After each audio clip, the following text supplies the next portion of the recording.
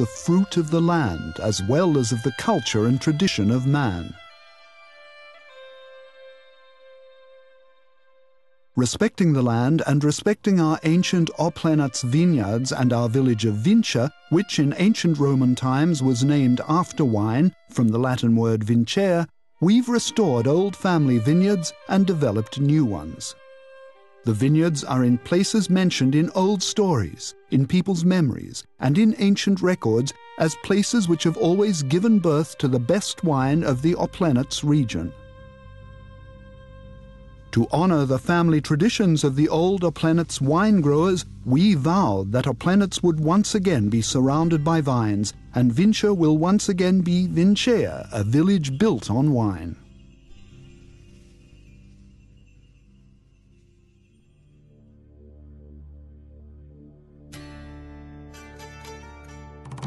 Like man, wine has its own lineage, not only in its roots deep in the land, but also in the time devoted to it by man, crafting it through generations. At the same time, this is also the spiritual lineage of every winemaker, inscribed in the lineage of our wines, our Roman legionnaires who named our village Vincea, enjoying the wine from this land, replenishing their strength to defend the limes on the Danube. In the DNA of our vines are recorded the names of the vine growers who intertwined Oplenac in the wreath of grapes nurturing medieval monastery lands, or caring for the wine destined for the royal table of despot Stefan Lazarević. The sweat of farmers, vine growers, runs through the roots of our vines, the farmers who established the Venchats Winemakers Cooperative at the dawn of the 20th century.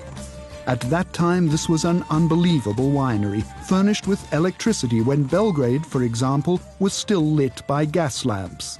The winery was producing sparkling wines when very few in Serbia had even heard of champagne.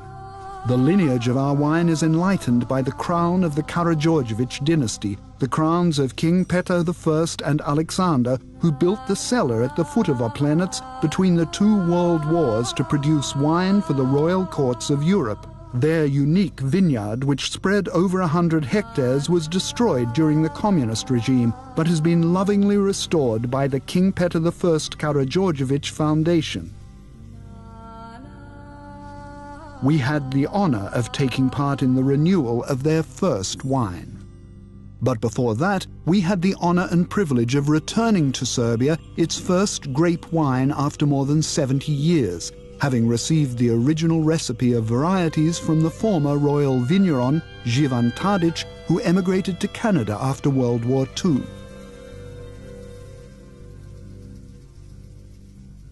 Triumph was once the leading wine of the royal cellar and the banner of Oplenac winemaking. Today, Triumph is our icon and is placed at the peak of our spiritual lineage. In an effort to bring together the centuries, our memories, and the tales of our grandfathers and our spiritual fathers, we have also nurtured a wine that will tell the story of our lineage in years to come. Its name is Rodoslov.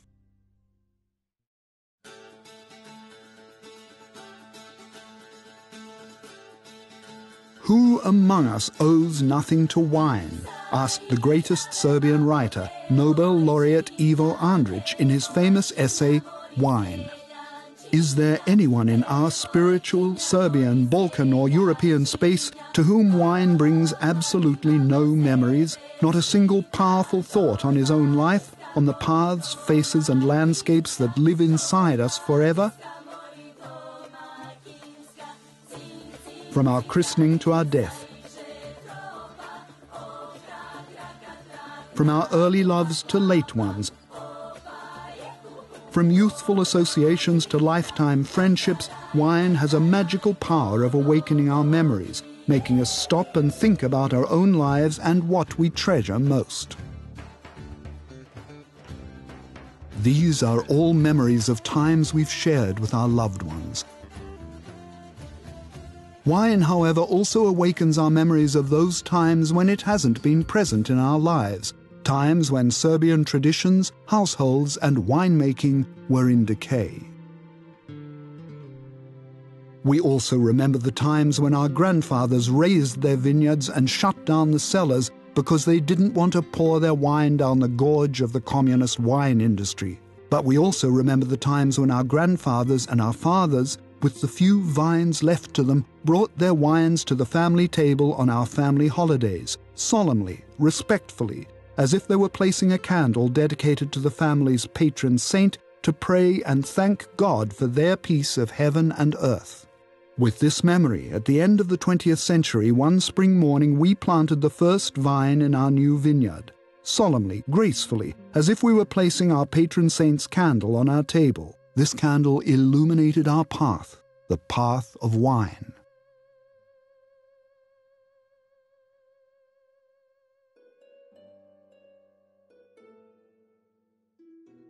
The scents of grapes and wine are the scents of our childhood. Unusual scents born from the land of our planets, scents that hit you so hard they make you stop in your tracks to wake from a dream, remembering certain days, loved ones, and the simple pleasures of life which we often forget.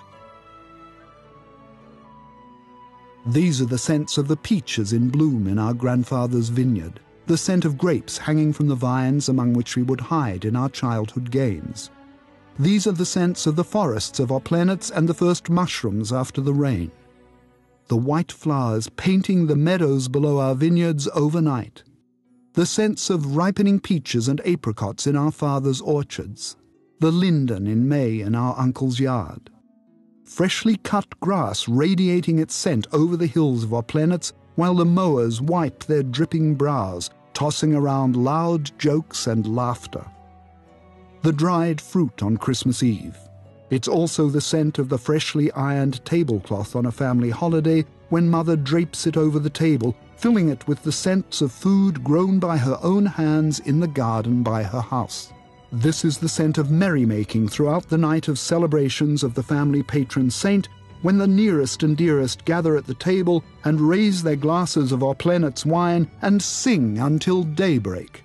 These are the scents, the colors, the tastes we seek in our wines.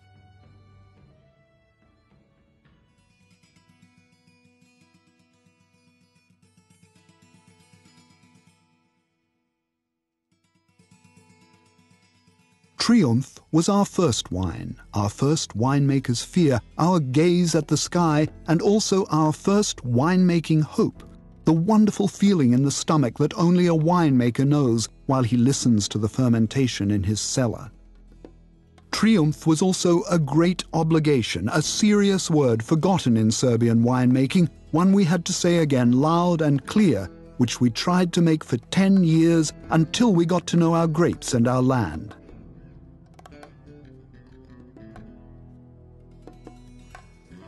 And then the vintage of 2002 brought us the harvest we were waiting for. Then we stood before the people and said proudly, "This is Triumph, the wine born again after 70 years. We offer it to you to recognize in it the sense of our land, the story of the time of its glory and its oblivion."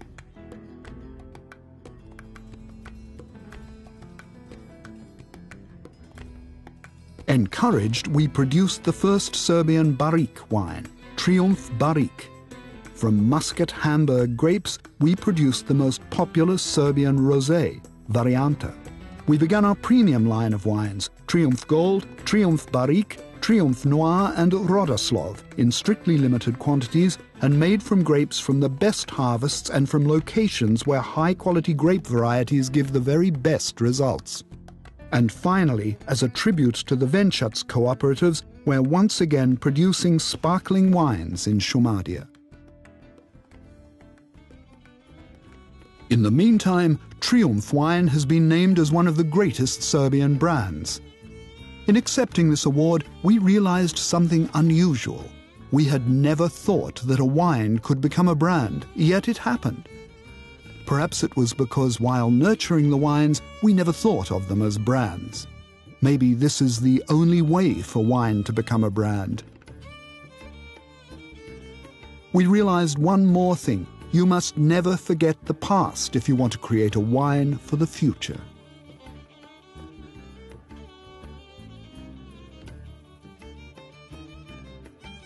To everything there is a season, as the Holy Bible says. A time to be born and a time to die, a time for joy and a time for sorrow. For wine, everything is a matter of time. The time it takes for the vines to start bearing fruit, the time for the vine grower to get to know his vineyard, the time for the cellar keeper to discover the care a wine from a particular vineyard needs, the time for the wine to mature, the time for people to get to know and love it, the time it takes both the grower and the winemaker to see if they're on the right track. Wine demands that you find time to dedicate to it, to find time for the loved ones you want to share it with. When we speak about our wine, we're speaking of the times of birth and death, disaster and triumph, sorrow and joy, along with the fact that we've devoted all our passion, all our knowledge, all our time to the quest for our wine below the corner of heaven, above the earth, above our planets.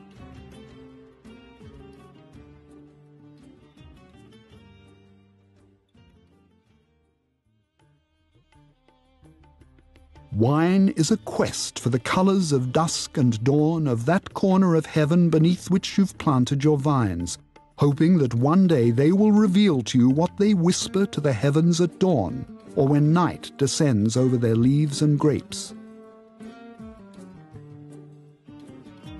A quest for the scents of the earth and the fruit it bears, a quest through memories and dreams, a quest for perfection. It's a search for the perfect drop that brings revelation and unveils the secret liaison between nature, the vine, and man.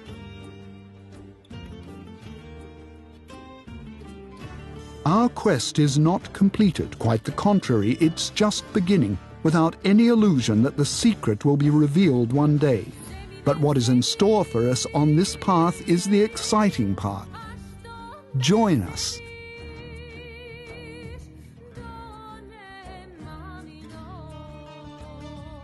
Aleksandrović Winery is a household concern which now encompasses 75 hectares of our own vineyards and produces wines exclusively from the grapes grown in these vineyards. We have also built a state-of-the-art 3,000 square meter cellar with a capacity of 300,000 liters of wine per year, and a tasting room which can hold more than 100 visitors at a time. But above all, Aleksandrović Winery is recognized by its wines. The sparkling wine Triumph, which we usually call Shumadinac, the white wines Oplen, Tema, Harisma, Triumph, Triumph Gold and Triumph Barrique. The rosé wines Varianta, Euphoria, Triumph Rosé. The red wines Vizia, Triumph Noir, Regent, Rodoslav, and finally, we're proud to present our dessert wine, Triumph Late Harvest, produced from grapes harvested in November. These are the ones we wish to present to you, to present to your beautiful land, our history, our culture, and our tradition, as well as our vision for the future.